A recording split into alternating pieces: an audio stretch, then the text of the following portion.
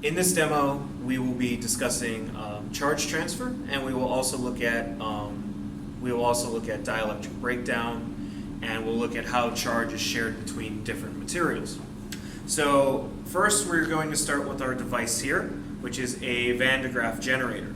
So a Van de Graaff generator works by having a plastic belt inside, and as that belt spins, charge is as it spins, that belt goes over a brush. So that brush and the belt interact, and from that motion, charge is transferred to the outer sphere. This is very similar to if you took a piece of cloth and a plastic rod and rubbed it and could feel that there's charge on that rod.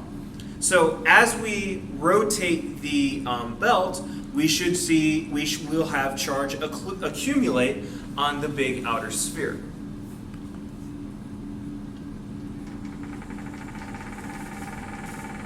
So how do we know that there's charge on this outer sphere?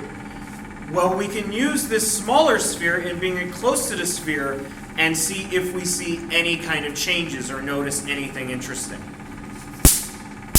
So as you can see, we get sparks between the two spheres. This spark is due to the dielectric breakdown of air. This air is an insulating material, and if you put enough voltage through a short enough distance of air, you can cause it to spark, as you see here. So what's happening is every time there's a spark, there's a charge transfer between these two spheres.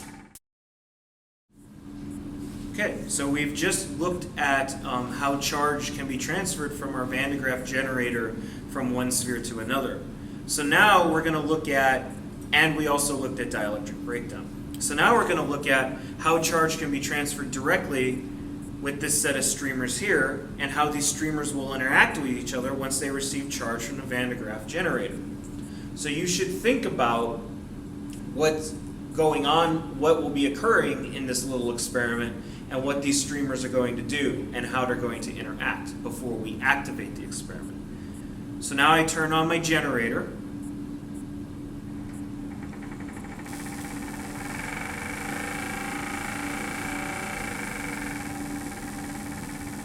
And you'll notice that some of my streamers have lifted off of the Van de Graaff sphere here.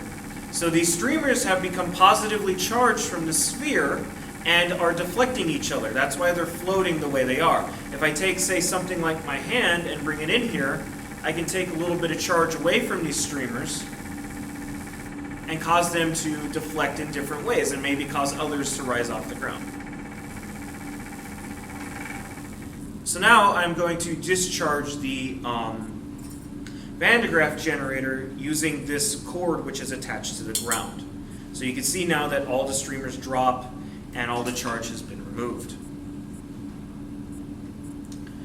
So we can further explore, what we saw there, where we saw the positive charge transferred, by using this electroscope here and this sphere that I have here. So I'm going to transfer charge from the Van de Graaff generator to this sphere and then bring it near this electroscope. Again, you should think about what you expect to occur and why you expect that to occur.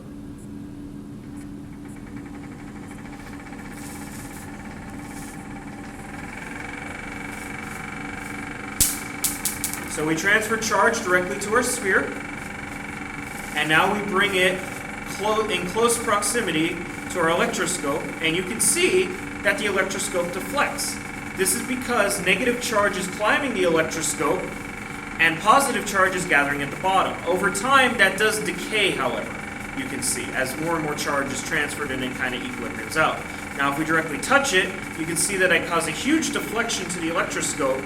As you can see, some charge from the sphere was transferred to the electroscope.